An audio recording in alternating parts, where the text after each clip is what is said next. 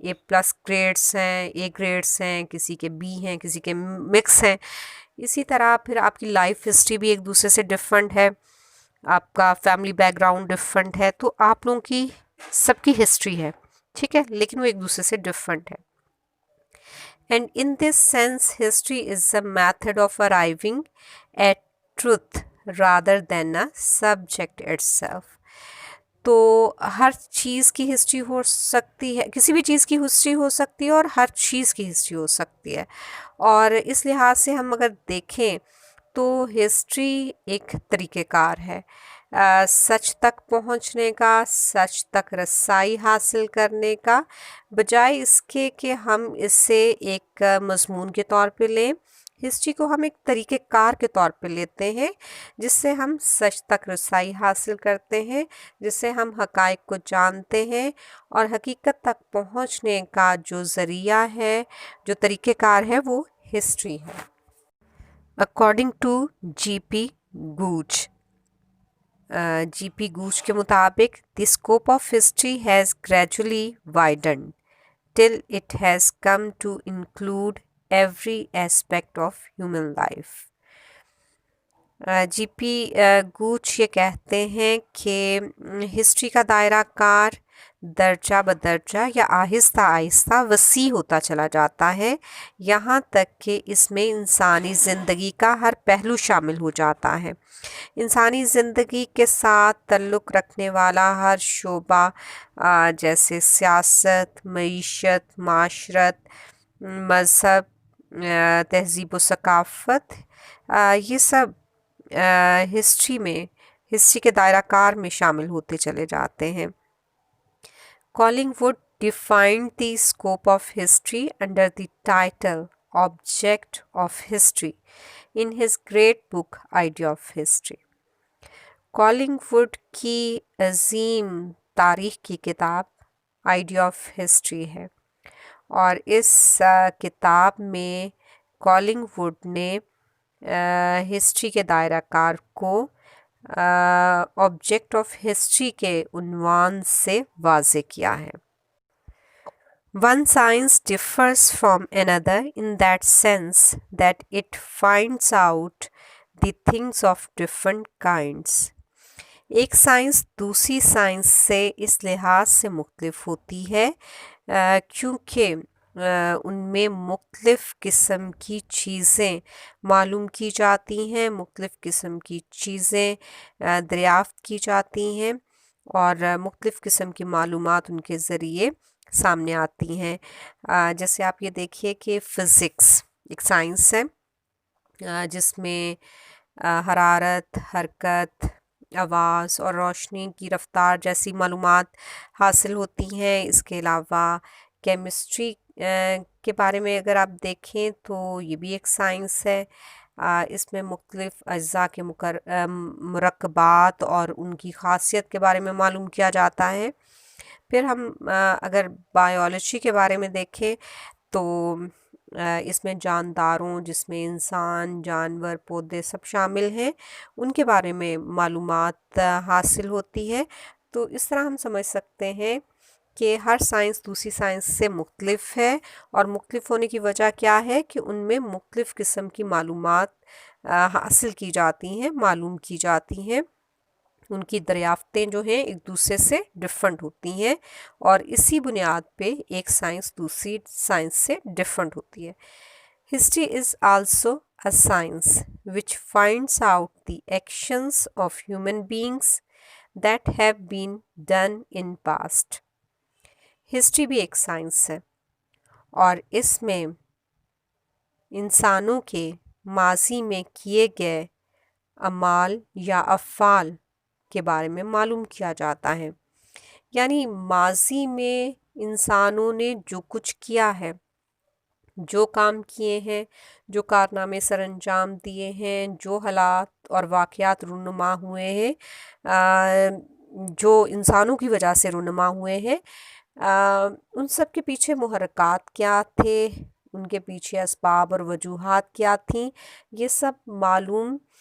کس ذریعے سے کیا جاتا ہے, ہسٹری کے ذریعے سے. اور ہسٹری ایک سائنس ہے جو یہ دریافت کرتی ہے کہ ماضی میں جو کچھ ہو چکا ہے، ماضی میں جو حالات اور واقعات رونما ہو چکے ہیں، ان کے پیچھے حقیقت کیا تھی، یعنی حقائق تک پہنچنے کی جو سائنس ہے، ماضی میں کیے گئے جتنے بھی کام ہیں جو انسانوں نے سر انجام دیے ہیں،